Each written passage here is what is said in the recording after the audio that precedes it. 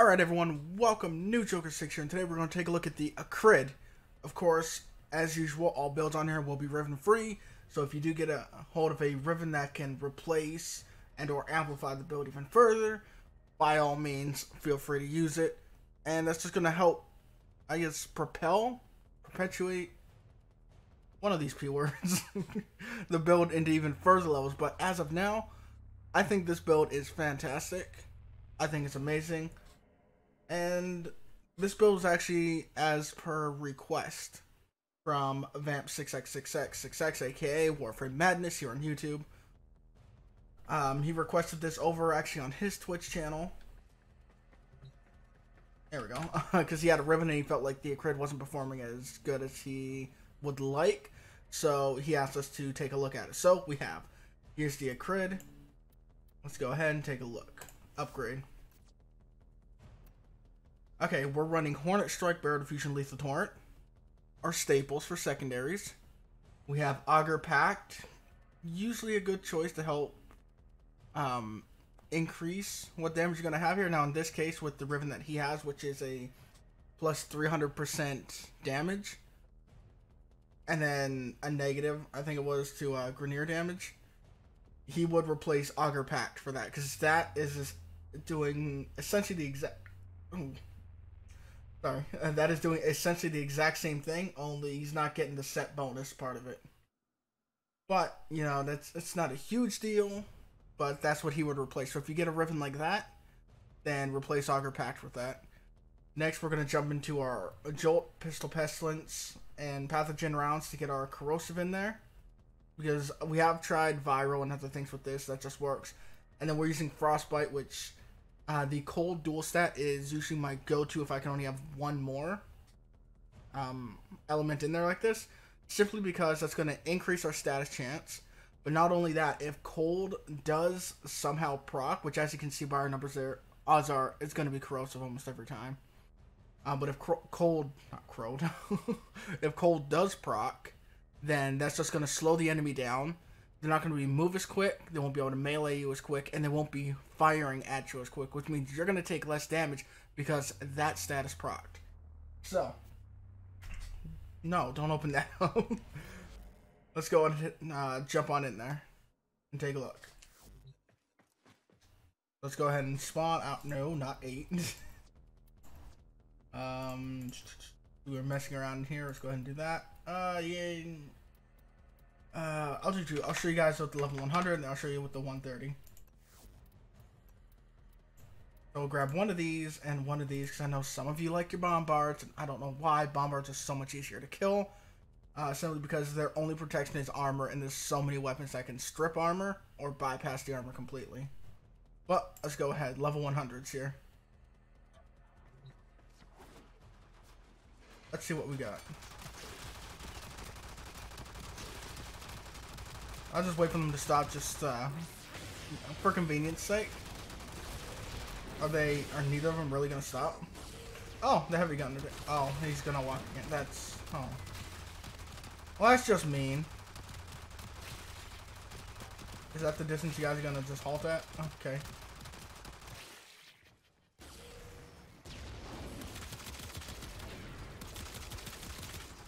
Get some of those headshots in there. I mean, see, you don't really need to keep shooting, because you see, I could have just stopped probably halfway through and it would have just killed him. Just from the toxin damage alone, taking away at it. Because for whatever reason, this does do toxin in addition to the corrosive. So let's look at this heavy gunner. Whoa, I don't know why. Every once in a while, I feel like my controller just pushes me to the side there. But here you go. And I'll just show you with like the example here. I don't need to do anything. It's just going to take away enough. So you see, that was the 15 shots there. And we'll go ahead, we'll spawn the bin at the 130s.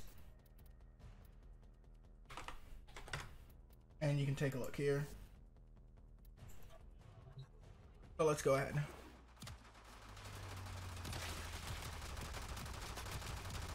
I feel like, yeah, heavy gunner's definitely going to jump in the way of that.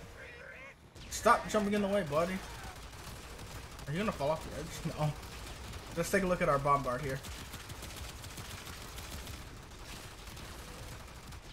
Now, stop jumping to the side. I'm curious. We just unloaded our first 15 just like we did before. And, alright. As you see, the toxic was enough to completely kill him even then. Even at the 130. So you could just keep firing at him if you really chose to. Or you could just leave the enemy to just take away and just finish dying. And it's that same kind of situation here with our heavy gunner. Just look at his health, just completely taken away just from all the toxin. And you see he did get some cold proc, a little bit of cold. Was it cold? Maybe it wasn't cold, now it's saving things. But look at that. That much. And this took, what, one extra shot? One extra shot. So if Crows had procced one or two more times during those 15 shots, that would have been fine. So there's what you go. Where you go. That's what you're going with. Now, if you want to just completely unload on them, I'll show you with that as well. Instead of just letting the toxin take away at them.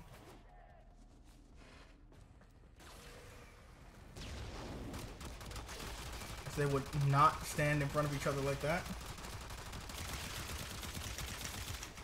This is what you'd be looking at. So you're wasting like an extra 15 shots. When it's not necessary.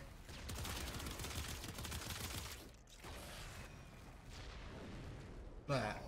He had a decent, and probably what, like 3/4 of his health. But then by the time I reloaded, he was already basically dead just from the toxin. And I'll give you guys one more example of the Acrid, and then we'll go ahead and wrap it up. I'll throw the build back up on the screen one more time. Let's jump in with a Rhino. So, if you guys don't know, I like using Rhino as my base damage boost for an average kind of boost that you would expect when playing on a team. I do find myself running into Rhinos fairly often for whatever reason. Let's go ahead. This is going to give us that 135 boost.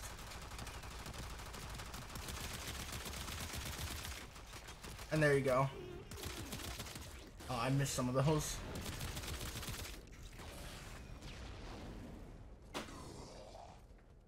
So, boost, definitely helpful.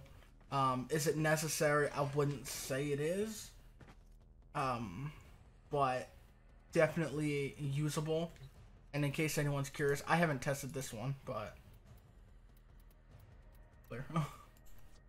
I usually don't do Eximus because you usually don't run into much in the way of Eximus. Aside from, what? Like the Eximus sorties. Where the condition is Eximus Stronghold. Let's just go in here, level 130 Eximus here. Prefer feature stop walking. He's gonna walk over here and he's gonna back up, right? Pretty much. Okay. So here's our 130 Eximus. That's our 1. Our 2. And that's just... I'm confident that's just gonna take away completely at him. Odds are you're not going to run into an Eximus at that high of a level. But if you do, you've probably got a way to deal with it, and or you're in a squad where you're going to have boost and debuffing enemies and things like that. So that's the Acrid. You guys let me know, how do you feel about the Acrid? We'll go ahead and throw the build back up on here one more time. Again, this is a Riven free build, and if you do get a Riven such as a plus 300% damage with negative Grenier or damage or something like that, you can go ahead and swap that out for Augur Pact and you'll be performing much better. If you get one that's like plus Toxin and plus Electric, then probably swap out for the Pathogen rounds, you know, things like that. There's different ways that you can go about it. Just if you get a Riven, see if it'll work into this build. If not, then I'd say toss it aside, re-roll it, sell it, whatever you want to do. But anyways, that's the Acrid. Those are the stats you're going to see. That's the performance you're going to see. Oh, one thing. This is actually going to be a 3-former, not 4. We did just put a 4th former in just so we could try and test, like taking Pathogen rounds out and putting something else in there. Didn't work too well. So this will only take 3 unless you have a Riven, then 4 or 5 depending on how much you need for your Riven. But with that, take care, have yourselves a good one, and I'll see you guys in the next build video. Later.